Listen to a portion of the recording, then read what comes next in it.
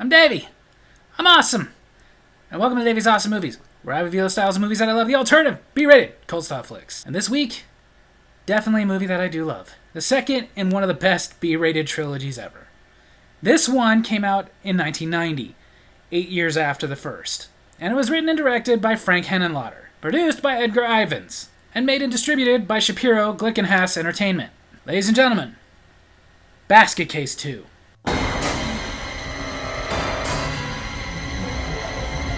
The first thing this movie does is recap us about the ending of the last Basket Case movie, which I understand because, again, 8 years in between. I'm personally not going to explain the recap. If you want to know what happened in the first Basket Case movie, either go watch it or go watch my review. Then we see a newscast on the incident that we just got a recap of. So even though it's been 8 years in between movies, they're going to act like it literally just happened. It's dumb, isn't it? Absolutely. That's Susan and Granny Ruth. Granny Ruth is played by Annie Ross, rest in peace, who most people remember from the movie Superman 3. On the news, they are trying to make sense of what just happened. The little guy was Dwayne's brother. This is Beverly Bonner's small part in this movie. She played the role of Casey, which she had played in the last movie and in the movie Frankenhooker. We'll get to that. But she also had small parts in every movie that Frank Henenlotter ever directed, up until her death in 2020. Rest in peace. Since these brothers, Dwayne and Belial Bradley, are wanted for murders, but also need medical care, they are in the hospital being guarded by a police officer. Dwayne's technically in a coma, whereas Belial is in restraints. Until Belial has Dwayne, played by Kevin Van Hettenreich, reprising his role, mind-controlled to get up and free him of his restraints. Right off the bat, you can see that this one has a better budget than the last movie. This is still a very low-budget movie, but the other one was way lower. Belial, still mind-controlling Dwayne, has him go steal a coat. Not change out of his hospital gown or take off the bandages or anything, but it worked as he walked right by a cop with a janitor's cart because of that coat. Without it, that would have seemed a little suspicious. Just as they get outside the hospital, Granny Ruth and Susan show up. I knew your aunt. We can help you. That's convenient. Granny Ruth and Susan take them back to their home to hide them as well as give them medical care, because Granny Ruth is a doctor in both medicine and psychiatry. Belial's not terribly hurt. She's more trying to give Belial therapy, but he's not very trusting, so she's trying to be gentle with him. I never met your aunt, but she called me for help after your father died. You mean after Belial sawed him in half? Belial starts to warm up to Granny Ruth a little bit, so she takes him upstairs to meet the others, whom she refers to as her children. She loves them all, thinks they're all talented in their own ways, and encourages their talent. Like Lorenzo. I'm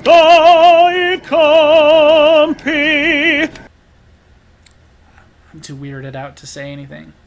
You say something. I got nothing.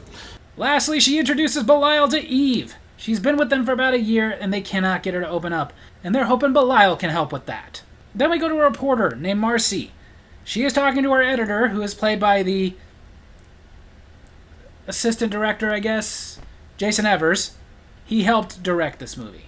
He's trying to encourage her to pursue the story of the Bradleys, even gives her a lead, someone they called Dr. Freak. It's Granny Ruth. The reason they call her Dr. Freak is because she had given birth to a kid with 11 arms. The kid died, but it made her sort of a missionary for freaks' rights. That's why she's got a soft spot in her heart for the freaks. Marcy gets on the phone and calls a man who claims to have Belial in his freak exhibit. But it's way after hours. He's closed, but she offers him $100 if he'll open up for her. He agrees. Damn! 100 smackaroos! Whoa! Okay, it is 1990, not 1920. Is $100 really that big a deal to you? Whoa, boy! 100 smackarinas! And again, looking at him, I'd say yes. As he's hooting and hollering and celebrating over 100 smackaroos, he gets a knock at the door. It's Granny Ruth. She saw his ad, and she wants to see the exhibit. And since he's about to open up for the reporter anyway, he decides he'll go ahead and show her the exhibit. He shows her the obviously fake Belial skeleton. It's plaster and animal bones held together by chicken wire. But he pretends it's real and goes on and on with this story, how Belial came all the way from New York and landed up on a farm and they shot him and now he's got his bones. Granny Ruth, of course, confronts him about the fact that he is a cheat, that is not Belial, and that he should be ashamed of himself for trying to exploit freaks in the first place. She also tells him that he owes Belial an apology. Okay, now that you've gotten this out of your system, let's hug it out. They leave, and finally, Marcy shows up. So, do you have my 100 smackaroos? Now some time has passed. Dwayne is mostly healed. He just needs a cane because of his ankle, and he's gotten a much, much needed haircut. Seriously, if you didn't see the last movie, he looked like that. Dwayne goes to talk to Susan. He's already smitten with her. She's normal, like he is. He wants the two of them to just leave, start a new life. But Susan says the two of them could never leave. But why? Well, for starters, you are still wanted for murder. Multiple murders. She emphasizes the reasons that her and Dwayne cannot leave. So Dwayne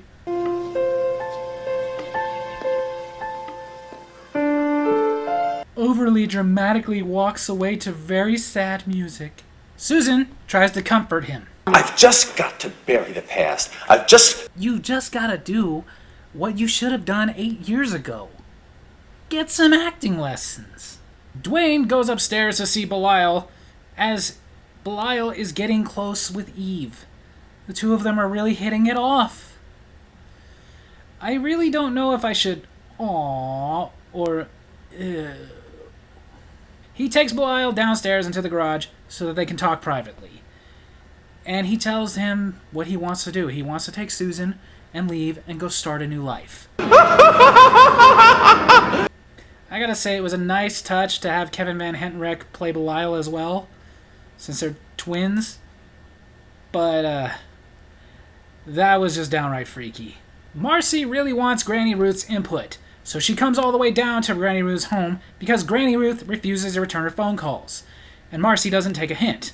I find everything about you cheap and contemptible. God damn!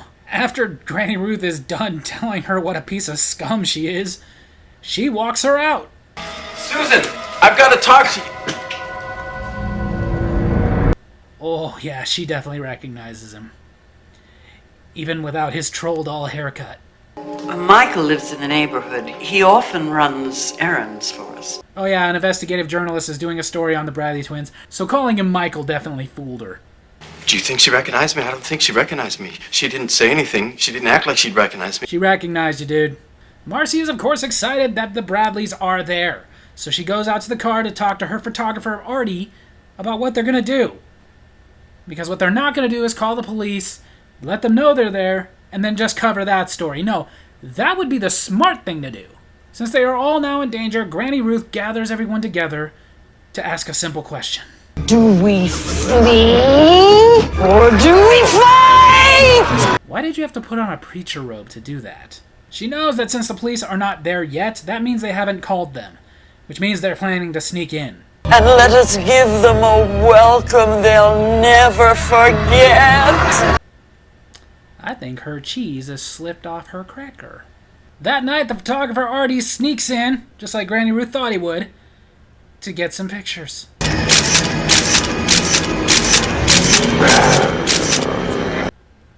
should probably run. But instead of doing that, he just keeps taking pictures. And that's what you get for being a dumbass. Marcy can see what's happening through the shadows in the window. Calm down, Marcy. Don't get too emotional. Or at all emotional. Because she hasn't gotten any less dumb, instead of going to the police, she goes to a private investigator named Phil. Before I go to the police, I want to speak to Dwayne.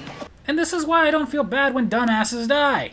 So Phil calls Granny Ruth's house and demands to speak with Dwayne, and tells Dwayne all he wants to do is meet together at a bar and have a talk. In the bar, though, as they're having their little chat, Phil's giving off his threats. He finds out he's not in a position to be threatening because he's been set up. He is now surrounded in a bar that even John Taffer could not rescue. Phil pulls his gun and goes into the kitchen. And meets Belial. You spilled killed the sponsor! Seriously, Jolt Cola sponsored this movie, which is why you're actually going to see it several times throughout this movie. Phil desperately tries to get to his gun amidst a bunch of soda cans that have spilled, but at least they were empty. And when he finally gets to the gun, it's not much help. At this point, you can say that Phil has lost face. Well, half of it. Outside, we find out that they took Phil's wallet. Not for the money, even though they could have used it, they badly needed a bigger budget, but to get Marcy's address. This was before Google Maps, kids. At her home, Marcy has a feeling that someone is in her house. And I think she's right. Dwayne is there and tells her that Belial wants to do an interview. Chit-chat. Get to know each other. Let the real Belial be known. Then he could rip your face off. No big deal. Nah. She runs and grabs a big kitchen knife.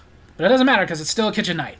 And in these movies, if you grab a kitchen knife to try to defend yourself, you are going to die. As she is being surrounded by these freaks, Dwayne asks Marcy what's in her basket. And that's what you get for being stupid enough to look. Seriously, if the movie was about you, it'd be called a series of stupid events. But Belial doesn't kill her. He just turns her into one of them. She'll probably die later, though. Now that the danger is over, they all celebrate. But upstairs, Belial and Eve are falling in love. And it's at this moment that we also see that Eve is played by Heather Rattray, the same girl that plays Susan. And this is so sweet.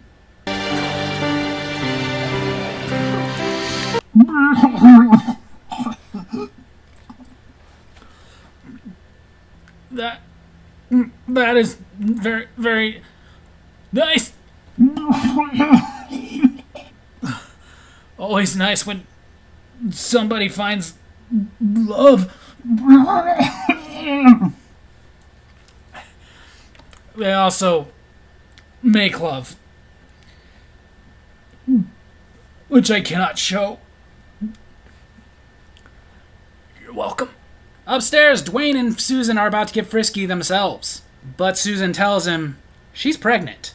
I've been pregnant for the past 6 years. That's really late term.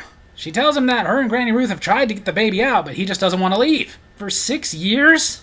By month 8 on all 3 pregnancies, my wife was yelling at her stomach, "Get the hell out of there!" But occasionally it comes out for a moment. Well, don't be afraid of him. Don't be afraid, you got the thing from Alien coming out of your stomach. Dwayne is freaking out. Naturally. And this is quite a push.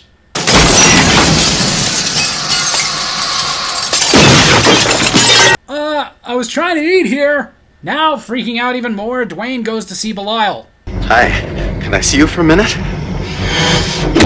Dude, it didn't go that well last time the two of you fought. Dwayne gets Belial and also gets a crocheting needle and yarn, because he wants to sew them back together. When the others come in and find them... It's okay. We're together again. It's definitely not okay. So there you have it. That's the sequel to the classic Basket Case 2. This movie has no box office to speak of because it didn't get released to theaters, but it definitely had a bigger budget than the previous movie. Whereas Basket Case 1 had a $35,000 budget, basically just whatever they could string together, this one had about $2.5 million. Still not a big budget, but to them it was probably like, hey, we can have a little mad money. Most of the reviews for this movie were positive, people taking it for what it is. A B-rated horror comedy. A small majority, though, did feel it wasn't a good follow-up to the original. They felt that they should have just left it alone. And I feel you should shut up. For years, though, Frank Henenlotter was adamant that there could not be a sequel to Basket Case. He said the audience already knows what's in the basket, so there's no mystery. Not to mention, all the doctors and both Dwayne and Belial are dead. But eventually, he came around. Probably because he just wanted to make another movie. Originally, the movie was supposed to be called House of Freaks, because that was basically the emphasis of the movie, was the other freaks, to show that Belial was not alone. Dwayne was going to be in that movie, but he was only going to have a small part. But Shapiro Glickenhaus Entertainment, the people that helped fund the movie, said that they wanted him to have a bigger part, and they wanted it to be called Basket Case 2. But then again, that was their only demands. For the rest of it, Frank Henenlotter had complete creative control. And he admits he likes it. And I think for a good reason. It came out well. Granted, this movie isn't mainstream, had no chance of ever being mainstream, just like the first one. But it instantly got its cult following, mostly based off the cult following of the first one, but it was a good follow-up. Even the way they had it continue. Like, yes, they died at the end of the first movie, but whereas it's unlikely they could survive that fall, it's not impossible. Stranger things have happened. So it wasn't like they had to get that creative in how to bring them back. They didn't have to do something stupid like lightning strike them and pump their hearts again. You can tell at the end of the movie, though, that they did anticipate making a third one, which they did, because it did leave it open for a third one. Ultimately, though, this is just where Frank Henenlotter shines. He's just that kind of person that, like his audience, likes things that are original, creative, and yeah, very much on the niche side of things. For example, a movie that he was making back-to-back with this one was a movie called Frankenhooker, which I will probably review someday. It's so awful, it's good. These ones, it's hard to say that they're so awful that they're good. I just think they're good, they're original, but I get that they're not for everybody.